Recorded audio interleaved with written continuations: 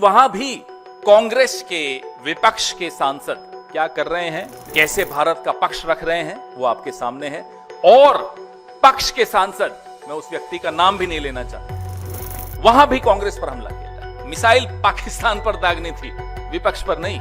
और विपक्ष की बात कर रहा हूं मैं, सिर्फ कांग्रेस की नहीं, हमारे विपक्ष के और भी साथी जो वहां गए हैं डेलीगेशंस में, बहुत कायदे से, बहुत मजबूती से, they are very effective, more effective than I'm afraid the government also. S Jaishankar ने जो बाहर आकर स्पिन डॉक्टरिंग करने की कोशिश की, अगर हम भी परंपराएं तोड़ने पर आ जाएं, तो अंदर उन्होंने क्या बोला था अगर बाहर आ जाए, अंदर क्या हुआ अगर हम बताएं कि जयशंकर जी ने अंदर क्या बोला, सरकार में शायद कोई भी मुंह दिखाने के काबिल नहीं रहेगा। लेकिन हम नहीं बोलेंगे क्योंकि हम परंपराएं समझते हैं, कन्वेंशंस का रिस्पेक्ट करते हैं, we respect those conventions. UAE, United Arab Emirates, Pakistan और भारत की हाइफनेशन का नतीजा देखिए कि 5 साल का वीजा की अनुमति पाकिस्तान को भी दे दी। एक नेपाल और भूटान तक नहीं बोला जब भारत पर संकट आया। किसी एक देश ने पाकिस्तान को आतंकी देश नहीं बोला। हमारी जुबान अकेले हम बोलते रहे, हमारी बात में बात नहीं मिलाई किसी ने। ये विदेश नीति की कमजोरी नहीं है तो और क्या है? देश का अपने आप को राजा समझते हैं, अलग अलग वेशभूषा में दिन में 4 बार नए नए कपड़ों में दिख रहे हैं। आजकल फौज की भी ड्रेस में उनकी होर्डिंग्स लगी हुई है। ये प्रधानमंत्री कि आप मरहम लगाने मणिपुर नहीं जा पाते और यूं दिन भर डायलॉग दे रहे हैं, कभी प्रेम चोपड़ा की तरह, कभी परेश रावल की तरह डायलॉग्स दे रहे हैं साहब, जा जाकर ये सिंदूर है, इसमें रगों में मांग क्या है, खून है, गर्म है, ठंडा है, और गोली खाओ, रोटी खाओ। ये प्रधानमंत्री।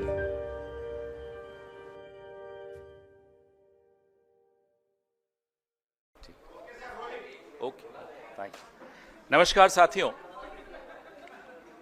शुरू करें। नमस्कार साथियों, जब संकट का दौर आता है किसी व्यक्ति पर, किसी परिवार पर, किसी समाज पर, किसी देश पर, तो अपने पराये की और निडर और कायर की पहचान हो जाती है। अभी 22 अप्रैल को देश पर एक संकट का समय आया, पूरा देश दहल गया। किस तरह से 26 निर्दोष सैलानी, टूरिस्ट आतंकियों के हाथ मारे गए पहलगाम में, और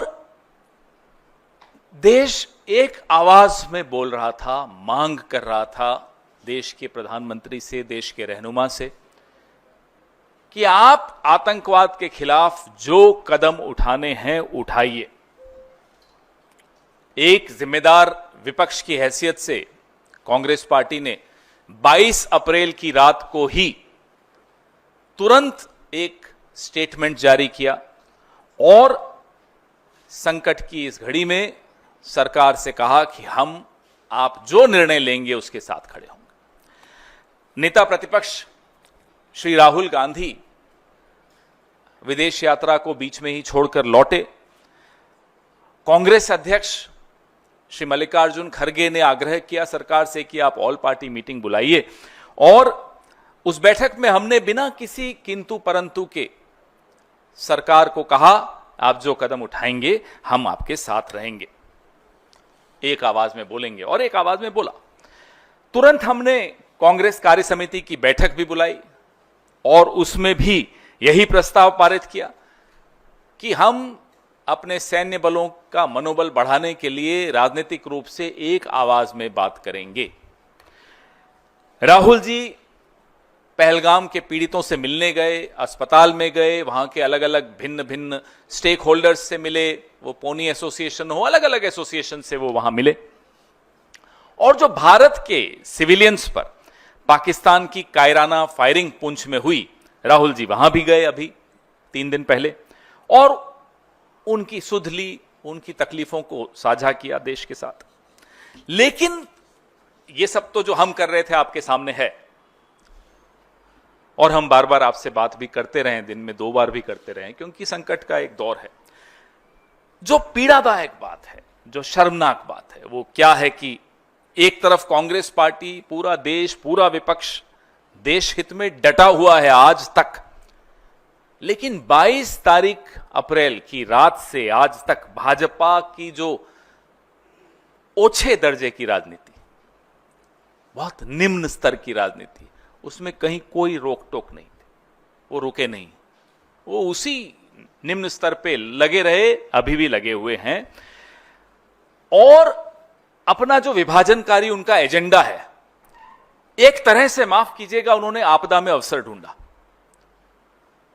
पूरे देश में आवाज उठ रही थी कि पाकिस्तान को जवाब दिया जाए, आतंकियों के खिलाफ कदम उठाए जाएं। भाजपा के लोग कश्मीर के छात्र छात्राओं के साथ दुर्व्यवहार कर रहे थे। देश की जो अकलियत है, माइनॉरिटी है, मुसलमान है, उनके साथ दुर्व्यवहार कर रहे थे। सोशल मीडिया पर क्या कर रहे थे आपके सामने है। आपदा में अवसर इसीलिए कहता हूं। और जो आधिकारिक सोशल मीडिया हैंडल्स हैं, उसमें एक धार्मिक उन्माद फैलाने की चेष्टा की गई।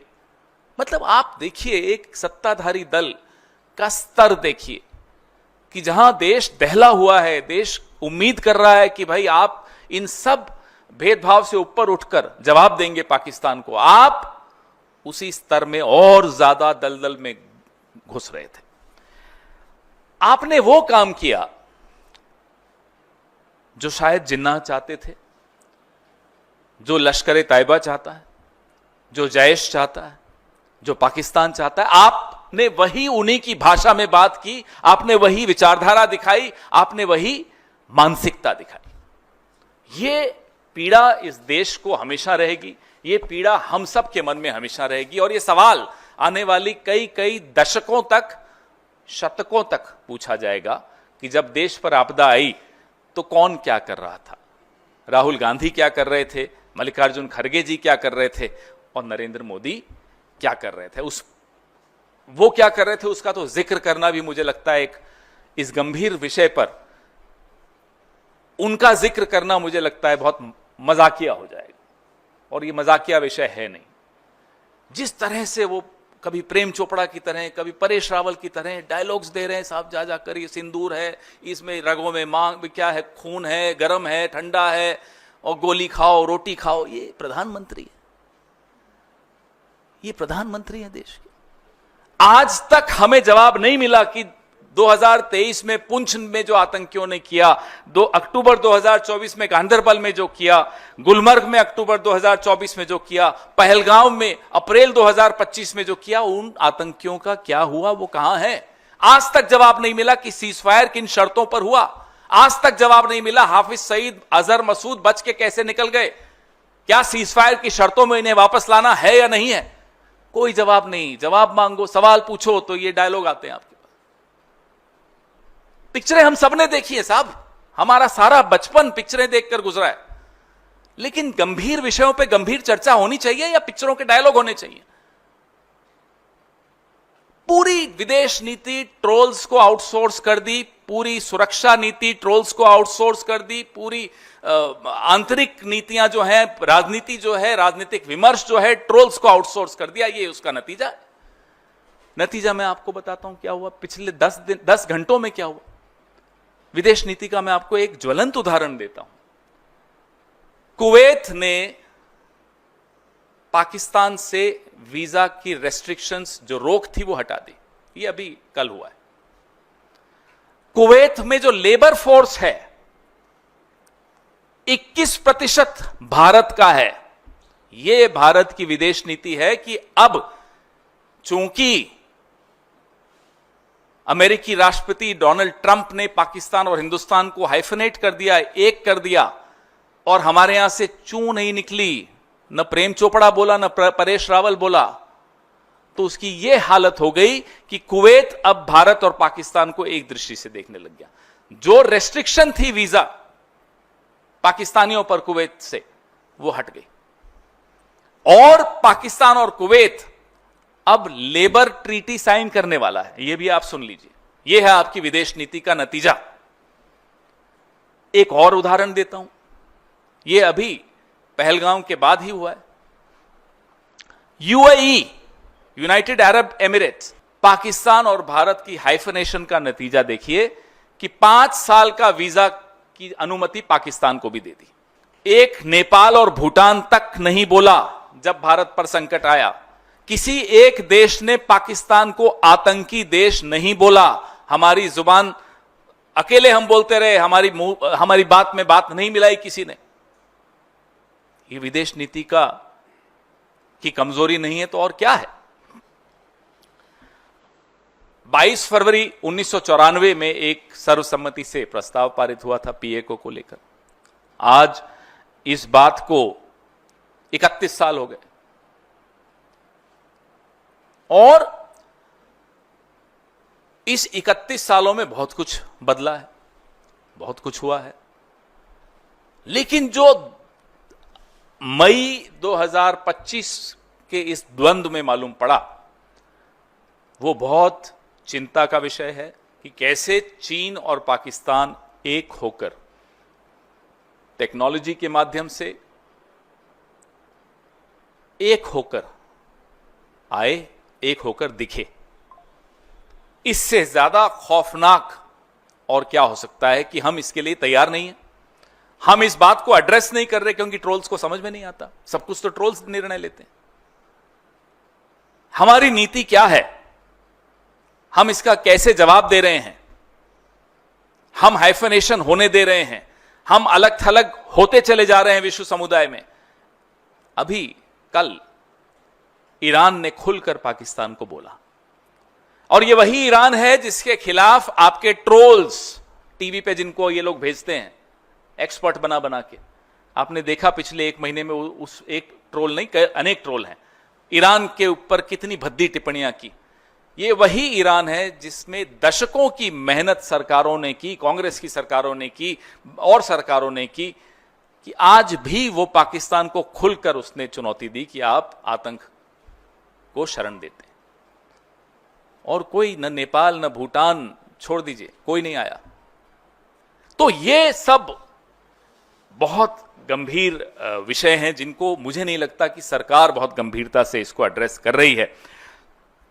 जब समझ में आ गया कि जो विध्वंसकारी विदेश नीति है और हम अलग थलग हो गए, तो एक ऑल पार्टी डेलीगेशन की बात हुई। उसमें जो विवाद पैदा किया गया वो आपने देखा, हमने नाम भेजे, जो हुआ चलिए वो तो हो गया।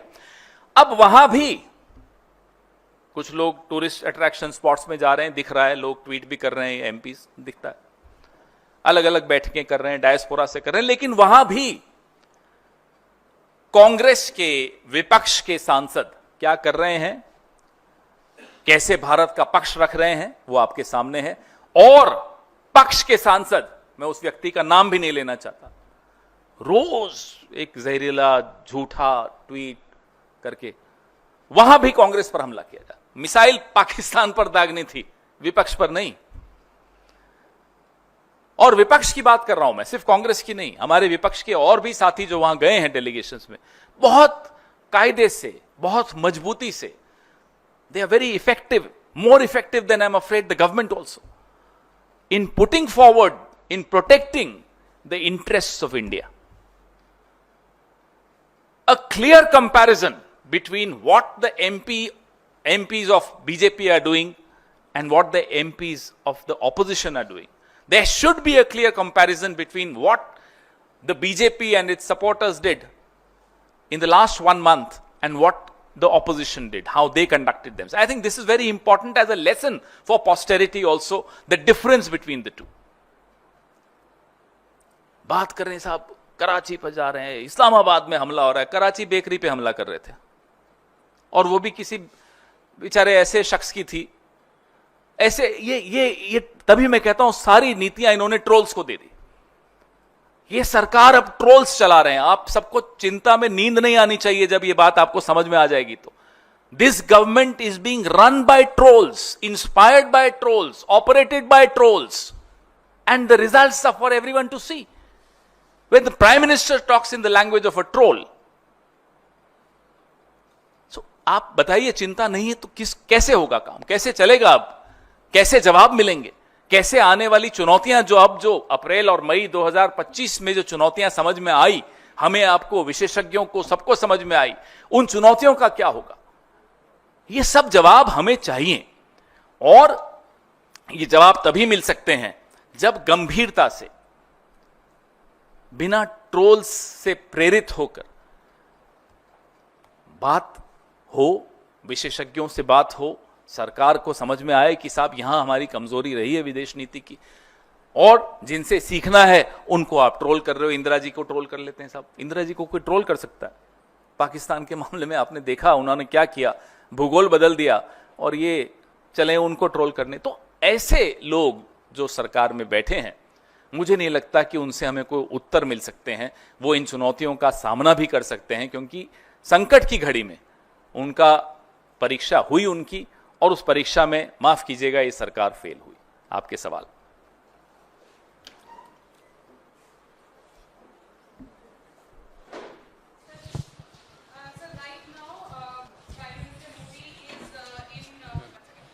Gujarat road show. He's in Gujarat and he has made certain comments saying that इस बार सारी व्यवस्था थी ताकि हमारे घर कोई सबूत ना मांगे.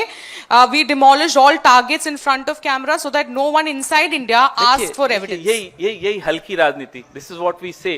This is what we mean when we say that very low level politics, and that too straight. Troll in chief, divider in chief, the prime minister. अब ये ट्रोल की भाषा नहीं है तो क्या है? आपने तो खुद साबित, हमने नहीं, आपने नहीं, प्रधानमंत्री ने खुद साबित कर दिया जो अभी मैंने कहा. Is the language of a troll. आपने सीज फायर क्यों किया?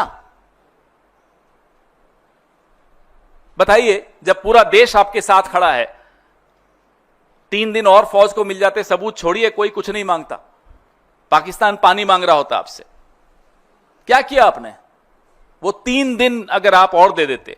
आपने दबाव में आकर सीज फायर किया, उसका जवाब देने की बजाय ये डायलॉग. पवन सर, मेरा सवाल आपसे ये है, कल कंसल्टेटिव कमेटी एक्सटर्नल अफेयर्स की मीटिंग हुई, जिसको खुद विदेश मंत्री ने जो है वो चेयर किया, और ये बात सामने आ रही है कि उस मीटिंग के अंदर जब ये सवाल आया कि राहुल गांधी ने पूछा है कि बताया गया था क्या पाकिस्तान को, तो वहां से उन्होंने ये जवाब दिया कि इस बात को बार बार पूछना और उसको पूछना भी भाई एक तरीके का अपराध है. अगर इस तरह की बात करनी है, सारी परंपराओं को तोड़ते हुए, एस जयशंकर ने जो बाहर आकर स्पिन डॉक्टरिंग करने की कोशिश की, अगर हम भी परंपराएं तोड़ने पर आ जाएं, तो अंदर उन्होंने क्या बोला था अगर बाहर आ जाए, शक्ल दिखाते फिरेंगे, छिपाते फिरेंगे.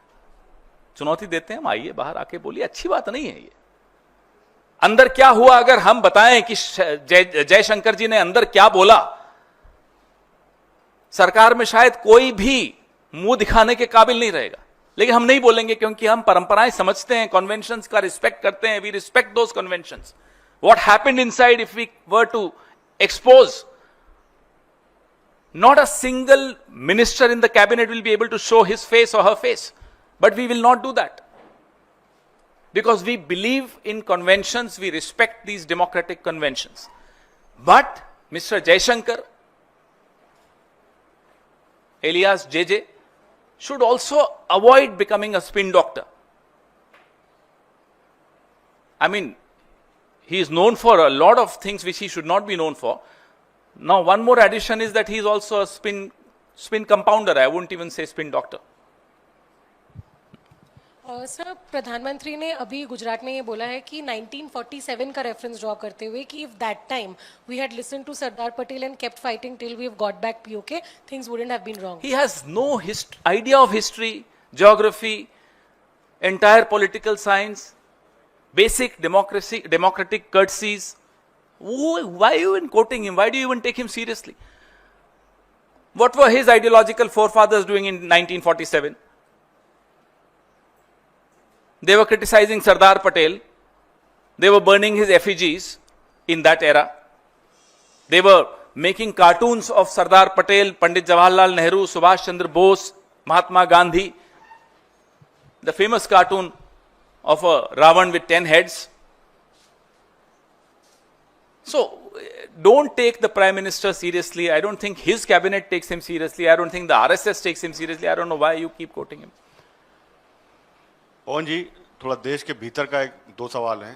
पहला तो ये कि जिस तरीके से प्रधानमंत्री ऑपरेशन सिंदूर को लेकर वो प्रचार प्रसार कर रहे हैं, लेकिन अब मणिपुर की याद नहीं आ रही है। मणिपुर में वहाँ के जो गवर्नर हैं उनको इम्फाल एयरपोर्ट से अपने घर तक आने के लिए हेलीकॉप्टर का इस्तेमाल करना पड़ा।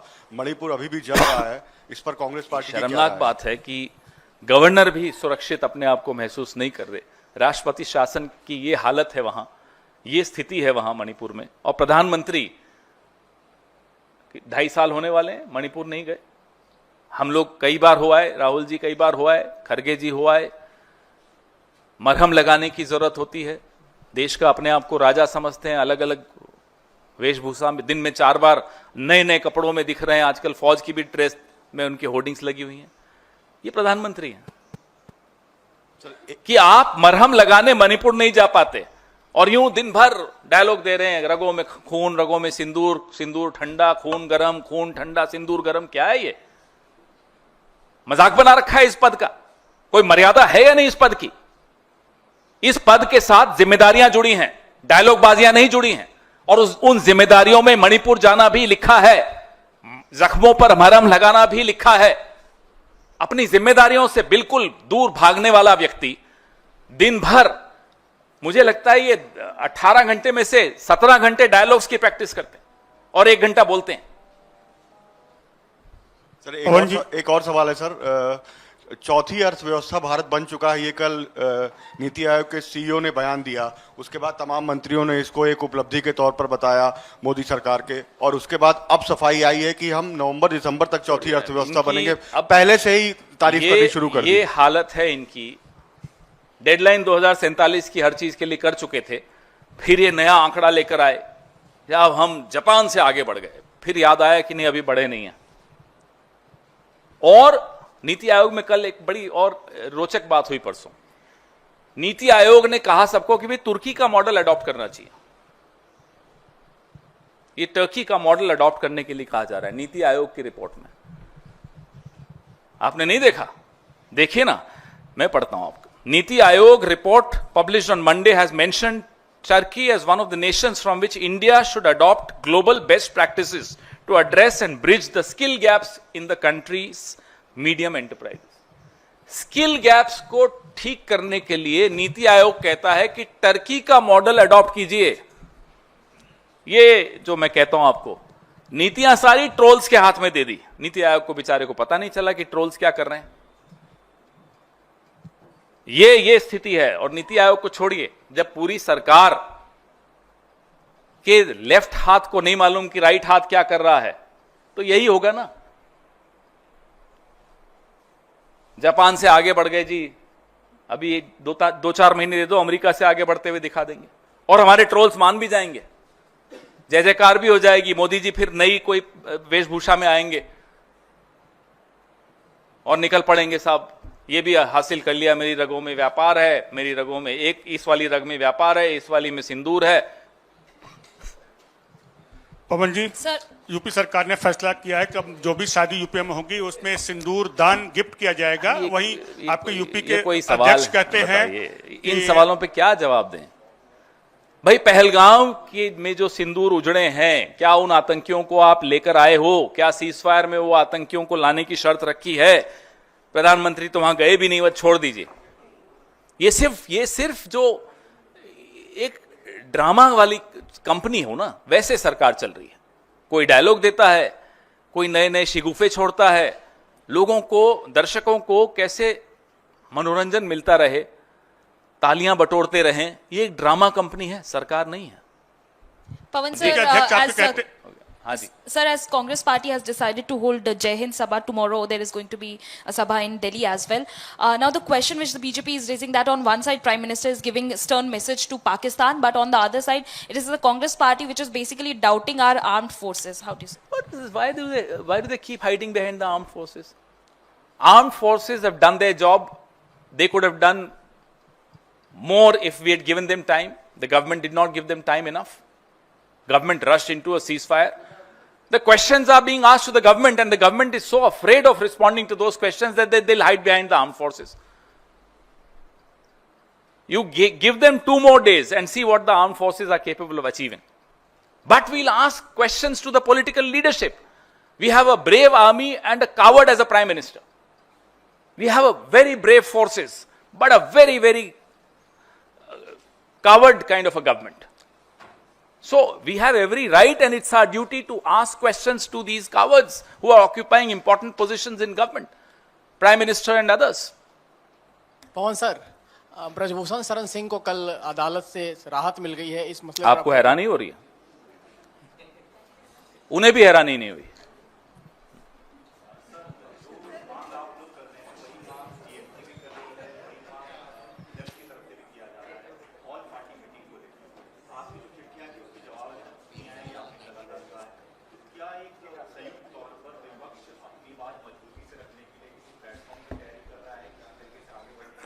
देखिए, हम लगातार प्रधानमंत्री से आग्रह करते आए कि आप आइए ऑल पार्टी मीटिंग्स में। प्रधानमंत्री उसका जवाब तक नहीं दिए। ये तो इस व्यक्ति का नैतिक बल है कि विपक्ष की चिट्ठी तक का जवाब नहीं दे सकता। हम यह भी कहते आए कि आप एक स्पेशल सेशन ऑफ पार्लियामेंट, विशेष सत्र बुलाइए संसद का, उसका भी जवाब नहीं आया। और ऐसे व्यक्ति से किस भाषा में कौन कैसे बात करे, अब उसमें रुचि भी देश की खत्म हो गई है। क्योंकि इन्हें तो जो अपनी राग अलापनी है, वो टोपी लगा के और चले जा रहे हैं फौज की तरह। तो ये उसी में है। मैं आपको कहा ना, ये सरकार नहीं है, this is like a drama company. And the lead actor who is not even a popular actor anymore is mister Narendra Modi. Pawan ji, BJP के राष्ट्रीय अध्यक्ष 7 और 8 जून को पीसी करेंगे और उसमें संकल्प से सिद्धि अभियान की शुरुआत की बात कही जाएगी। संकल्प से सिद्धि जो अभियान है, इसमें ऑपरेशन सिंदूर का भी जिक्र किया जाएगा और बताया जाएगा किस तरह से इसमें बीजेपी ने सिद्धि हासिल की है। ये करें तो कुछ गलत नहीं। ये ऑपरेशन सिंदूर का सहारा लेकर पूरे देश में प्रचार करते रहे, ये इस सवालों के जवाब दिए बगैर कि पहलगांव में हुआ कैसे ये हादसा, पहलगांव की विधवाओं के साथ न्याय हुआ या नहीं हुआ, सीज फायर क्यों हुआ, अमेरिका क्यों बीच में पड़ा, अमेरिका और भारत, पाकिस्तान और भारत का हाइफनेशन कैसे हुआ, क्यों हमारी विदेश नीति फेल हुई, तमाम सवालों का जवाब नहीं देंगे। अगर सवाल पूछ लिए तो अरे साहब, आप तो पाकिस्तान की भाषा बोल रहे हो और आप कूच कर रहे हैं सड़कों पर, प्रचार कर रहे हैं ऑपरेशन सिंदूर में ये हासिल किया, ये हासिल किया। हम तो सिर्फ ये कह रहे हैं कि पहलगांव की विधवाओं के लिए न्याय हासिल किया या नहीं किया, सीज फायर में आतंकियों को वापस हमें सुपुर्द किया जाएगा, ये हासिल किया या नहीं किया। जो नुकसान हुआ है वो आपके सामने है, हाइफनेशन आपके सामने है, कश्मीर पे मध्यस्थता आपके सामने दिख रही है, सुनाई दे रही है। ट्रंप रोज बोल रहा है लेकिन जवाब यहां से नहीं जा रहा है। ये आंखें, लाल आंखें दिखाएंगे सिर्फ विपक्ष को, और विपक्ष भी नहीं डरता है इनकी लाल आंखों से। दिखाते रहो, जहां दिखानी है वहां दिखाओगे नहीं। आज पूरा देश को ये समझ में आ रहा है 19 जून 2020 को जो क्लीन चिट चीन को दी थी, उसका खामियाजा कितना भारी है।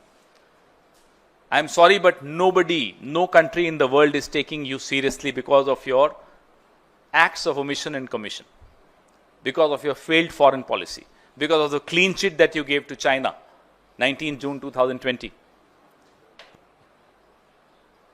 तो ऐसे व्यक्ति ये ड्रामा ही कर सकते हैं, करने दीजिए ना। सर इधर सर, गांधीनगर में प्रधानमंत्री ने बोला है कि हम 11 नंबर की इकोनॉमी से 4 नंबर की इकोनॉमी पर पहुंच गए हैं। अब अभी उनको बोलो ना, अभी तो अखबार तो पढ़ लें, अभी तो ब्रेकिंग न्यूज है 5 पे ही हो, कल 3 पे थे, वो कोई बोला 5वें पे हैं अभी, अब वो कह रहे हैं 4थे पे आ गए। बताइए भाई कहाँ है? बहुत बढ़िया साहब। पवन सर, इस तरह सर बधाई हो आपको। पवन सर, आप लोग विशेष सत्र की मांग कर रहे हैं सर। अरे जब जरूरत थी तब आपके साथ कौन खड़ा था? कोई एक देश बताइए जिसने कहा कि पाकिस्तान टेररिस्ट को सपोर्ट करता है, उनका उपयोग पड़ोसी देश भारत के खिलाफ करता है। कोई एक देश बताइए। FATF की ग्रे लिस्ट में पाकिस्तान है या नहीं है, हमें बताइए, क्यों हटा? फाइनेंशियल एक्शन टास्क फोर्स में क्या हुआ? आप पाकिस्तान को अलग थलग करने की जगह अपने आप को अलग थलग कर रहे हो, यह चिंता का विषय है। पवन सर, आप लोग विशेष सत्र की मांग कर रहे हैं, TMC का भी साथ मिला। आज TMC के सांसद सेंट्रल हॉल में अभी बैठक कर रहे हैं इस मुद्दे की मांग को लेकर, तो आपको लगता है कि अब सरकार मानेगी? ये सरकार, जब ऐसा दौर था कि हम सब उनके साथ खड़े होने को तैयार थे, खड़े थे, तब नहीं मानी। आपको पहले भी इसी मंच से उदाहरण दिया था 1962 का, जब नेहरू जी से अटल जी ने मांग की थी विशेष सत्र की बीच युद्ध के, तब अटल जी की बात को माना था नेहरू जी ने और संसद का विशेष सत्र करवाया था। लेकिन वो नेहरू जी थे, ये तो उनकी पांव की धूल के बराबर नहीं है, तो ये थोड़े मानेंगे।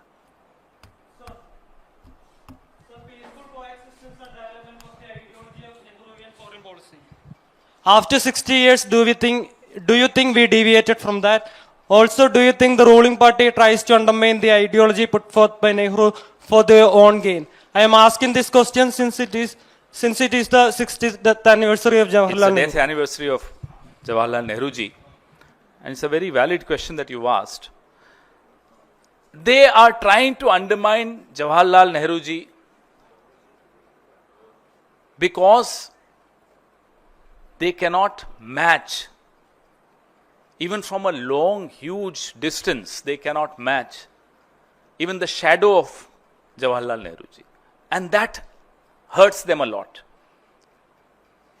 To become Jawaharlal Nehru, you have to live a life of Jawaharlal Nehru, a life of giving up all the prosperity that he was born in. He adopted a life of hardships. He understood India as a man in love with India.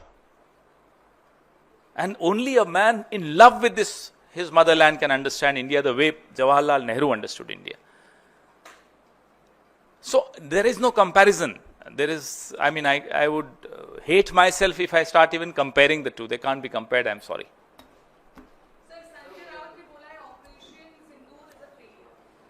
देखिए, अब उनसे पूछिए, उनका सवाल मैं जवाब कैसे दूंगा? आप बोलेंगे तो उनको बुलाने की कोशिश करते हैं, अब मुश्किल होगा इस पार्टी के लिए। Thank you.